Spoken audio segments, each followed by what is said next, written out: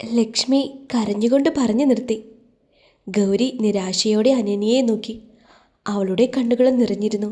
ഗൗരിയുടെ നോട്ടം കണ്ടിട്ടാവണം പതിയെ അവൾ നിറഞ്ഞ മിഴികൾ താഴേക്ക് താഴ്ത്തി. ഗൗരി നിസ്സഹായാവസ്ഥയോടെ ദേവനെ നോക്കി. എന്നാൽ ദേവന് വലിയ മാറ്റമൊന്നും മുഖത്തുണ്ടായിരുന്നില്ല. ദേവന് അവനിൽ തന്നെ വിശ്വാസമുണ്ടായിരുന്നു. ഗൗരി ലക്ഷ്മിക്ക് നേരെ നടന്നു. അമ്മ വിഷമിക്കേണ്ട, ഞങ്ങളെല്ലാം ശരിയാക്കാം. അവളുടെ വയറ്റിലുള്ള കുഞ്ഞിൻ്റെ അച്ഛൻ ആരാണെങ്കിലും അവൻ ഇവളെ കിട്ടും. അത് അമ്മയ്ക്ക് ഞങ്ങൾ ഉറപ്പ് തരുന്നു. ഗൗരിയുടെ വാക്കുകൾ കേട്ട് ലക്ഷ്മി അവളെ നോക്കി. മോളെ, നിന്റെ നല്ല മനസ്സിന് ഞാൻ എങ്ങനെ നന്ദി പറയുമെന്നൊന്നും ഈ അമ്മയ്ക്ക് അറിയില്ല. ആരോ ചെയ്ത സുഹൃതം എന്നേ എനിക്ക് തോന്നുന്നത്. കുഞ്ഞ് ആരുടെ ആയാലും സാരമില്ല, കളയാൻ ഞങ്ങൾ സമ്മതിക്കില്ല. എന്തൊക്കെ പറഞ്ഞാലും എൻ്റെ കുട്ടിയുടെ വയറ്റിലല്ലേ. ഗൗരി അനന്യയ്ക്ക് നേരെ ചെന്നു. ഇത്രയും നല്ലൊരു അമ്മയുടെ മകളാണ് നീയെന്ന് ഒരിക്കലും ആരും പറയില്ല അനന്യ. തെറ്റ് പറ്റിപ്പോയി ഗൗരി. കരഞ്ഞുകൊണ്ട് അനന്യ അവളുടെ തോളിലേക്ക് ചേർന്നു. മക്കളെ, സമയം ഇത്രയായില്ലേ, ഇനി എന്തായാലും ഇന്ന് പോകണ്ട. അല്ല, ഇനി കുറച്ച് ദിവസം കഴിഞ്ഞു പോകാം. കണ്ണുനീർ തുടച്ചുകൊണ്ട് അമ്മ പറഞ്ഞു. ഞങ്ങൾ ഇന്ന് തന്നെ പോവില്ല അമ്മേ, ഗൗരി ചെറുപുഞ്ചിരിയോടെ പറഞ്ഞു. ഇവളെ ഒന്ന് സെറ്റാക്കിയിട്ടേ പോവൂ. അല്ല മക്കളെ, ചോദിക്കാൻ വിട്ടു, നിങ്ങൾ രണ്ടുപേരും. അമ്മയുടെ ചോദ്യം എന്താണെന്ന് ഗൗരിക്കും ദേവനും മനസ്സിലായി. ഗൗരി ദേവനെ നോക്കി. ദേവൻ എഴുന്നേറ്റ് നിന്നുകൊണ്ട് ഗൗരിയുടെ അടുത്തേക്ക് വന്ന് അവളെ ചേർത്ത് പിടിച്ചു. ഞങ്ങൾ ഭാര്യയും ഭർത്താവുമാണ്. കണ്ടപ്പോഴേ തോന്നി നല്ല ചേർച്ചയുണ്ട് രണ്ടാളും. എന്ത് ഭംഗിയാ കാണാൻ. ഗൗരിയുടെ മുഖമൊന്ന് വാടി. അവൾ പതിയെ തലചിരിച്ചുകൊണ്ട് പിന്നിലേക്ക് നോക്കി, അനന്യയുടെ ഭാവം എന്താണെന്ന്.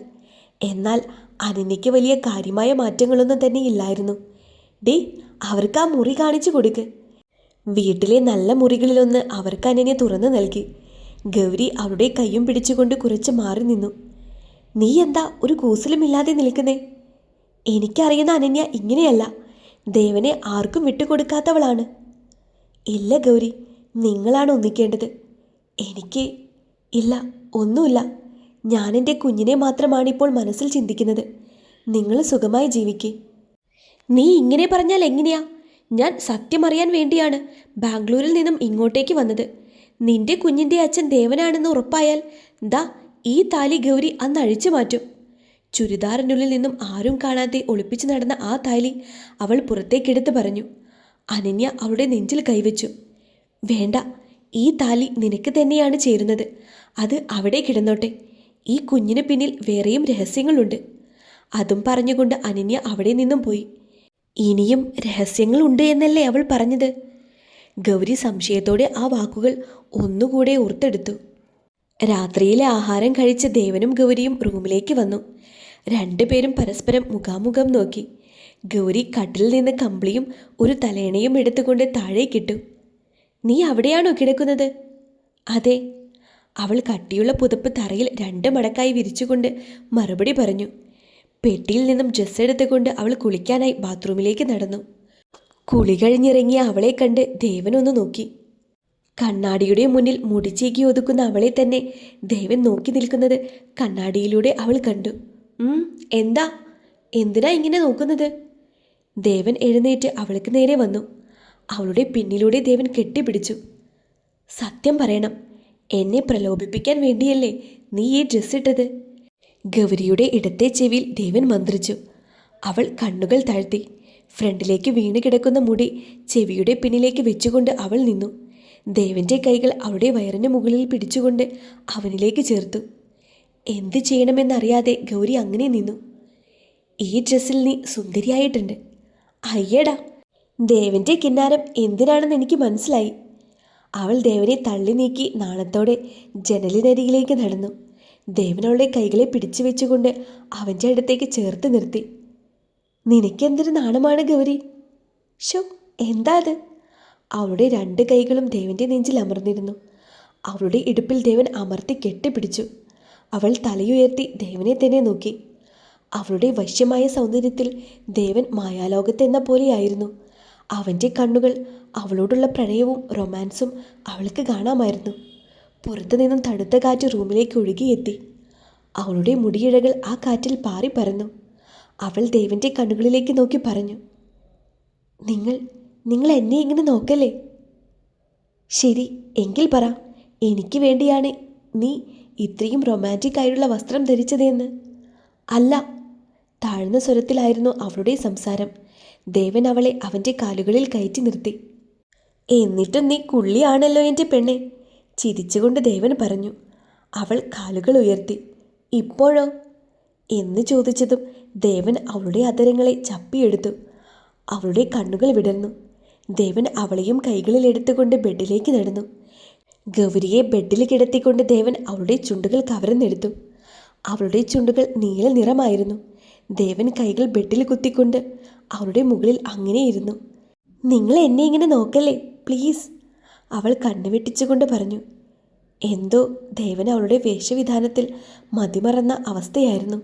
അധികം തടിയില്ലാത്ത ശരീരം, ഉയർന്ന മാറിടം, അരക്കെട്ടുകൾ ആരും കണ്ടാൽ ഒന്ന് നോക്കിപ്പോകും. പെണ്ണിൻ്റെ ശരീരഭംഗി കൂട്ടുന്നത് അവളുടെ അരക്കെട്ടുകളാണെന്നല്ലേ പറയുക.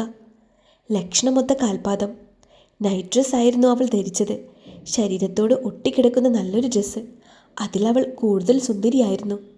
ദേവൻ അവളുടെ കാൽപാദം ഒന്ന് ചുംബിച്ചു. ശരീരത്തിലൂടെ ഒരു വൈദ്യുതി പ്രവാഹം ഉണ്ടായതുപോലെയായിരുന്നു.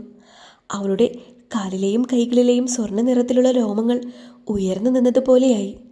ആ ചുംബനം അവളുടെ കാലിൽ നിന്നും വയറിലേക്ക് എത്തിയിരുന്നു. അവൾ കൈകൾ ബെഡിനെ ചുറ്റിപ്പിടിച്ചു. ദേവൻ്റെ ഓരോ ചുംബനവും അവളെ വല്ലാതെയാക്കി. പെട്ടെന്നാണ് റൂമിൻ്റെ വാതിൽ ആരോ വന്ന് തട്ടിയത്. രണ്ടുപേരും ഞെട്ടിത്തരിച്ചുകൊണ്ട് എഴുന്നേറ്റു. ദേവൻ വാതിൽ തുറന്നു. ലക്ഷ്മിയാണ്, അനന്യയുടെ അമ്മ. എന്താ ആൻറ്റി? ദേവൻ തിരക്കി. മക്കളെ, ശല്യായോ? ക്ഷമിക്കണേ, മോളുടെ അച്ഛനെ ഒന്ന് നിങ്ങളോട് അങ്ങോട്ടേക്ക് ചെല്ലാൻ പറഞ്ഞു. ശരി, ഞങ്ങൾ ദാ വരുന്നു. ലക്ഷ്മി വിവരമറിയിച്ച് അവിടെ നിന്നും പോയി. എന്തു പറ്റി? നമ്മളോട് അങ്ങോട്ടേക്ക് ചെല്ലാൻ. ഗൗരി ഇറങ്ങാൻ വേണ്ടി മുന്നിൽ നടന്നു. ഡോ, എങ്ങോട്ടാ? ദേവൻ പിന്നിൽ നിന്നും ഉച്ചത്തിൽ വിളിച്ചു. അവൾ നടുങ്ങി തിരിഞ്ഞു നോക്കി. എന്താ, അച്ഛൻ വിളിച്ചില്ലേ? ഈ വേഷത്തിലോ? ദേവൻ അവളുടെ അടുത്തേക്ക് ചെന്ന് മുട്ടി നിന്നു. ഈ വേഷത്തിലല്ല, പോയി വല്ല ടോപ്പ് എടുത്തിട്. മനുഷ്യനെ കണ്ടിട്ട് കൺട്രോൾ പോകുക. അവളൊന്ന് ചിരിച്ചു. അപ്പോൾ ദേവനും ഇഷ്ടമല്ല അല്ലേ? അല്ല, എൻ്റെ പെണ്ണ് എൻ്റെ മാത്രമാണ്. എൻ്റെ സ്വന്തമായാൽ മതി. ഇങ്ങനെയുള്ള പരിപാടി എനിക്കിഷ്ടമല്ല. ഓഹ് ആയിക്കോട്ടെ. അവളതിന് മുകളിലൂടെ ഒരു മാക്സിം എടുത്തിട്ടിറങ്ങി. എന്തിനാകും ആവോ? രണ്ടുപേരും അങ്ങോട്ടേക്ക് നടന്നു ചെന്നു. അവിടെ അനനിയും അമ്മയും ഉണ്ടായിരുന്നു. ദേവനോട് ഒരു സഹായ അഭ്യർത്ഥനയായിട്ടാണ് അവർ വിളിച്ചത്. എന്താ എന്താ വിളിച്ചേ? ദേവൻ തിരക്കി. മക്കളെ, അച്ഛനൊരു ഓപ്പറേഷൻ ഉണ്ടായിരുന്നു, അത് നടത്തണം. പണമില്ലാതെ മാറ്റി വെച്ചിരിക്കുകയാണ്. ആ ഓപ്പറേഷൻ നടത്താൻ 50 ലക്ഷമാകും. ഒരു ഞെട്ടലോടെ ഗൗരി നോക്കി. എന്ത് ഓപ്പറേഷൻ? അച്ഛന് ഇരുവൃക്കയും തകരാറിലാണ്, അത് മാറ്റിവെക്കണം. ഒരാൾ തയ്യാറാണ്, പക്ഷേ അതിനുള്ള പണം ഇല്ലാത്തത് കൊണ്ട്. ദേവനൊന്നിരുന്നു. ദേവനും ഗൗരിയും പരസ്പരം ഒന്ന് നോക്കി. ഞാൻ തരാം അച്ഛൻ്റെ ഓപ്പറേഷനുള്ള പണം, ദേവൻ പറഞ്ഞു നിർത്തി. നന്ദിയുണ്ട് മോനെ. ഇവൾ നിന്നോട് സഹായം ചോദിച്ചു നോക്കാൻ പറഞ്ഞപ്പോൾ ഇത്ര പെട്ടെന്ന് മോൻ സഹായിക്കുമെന്ന് കരുതിയില്ല.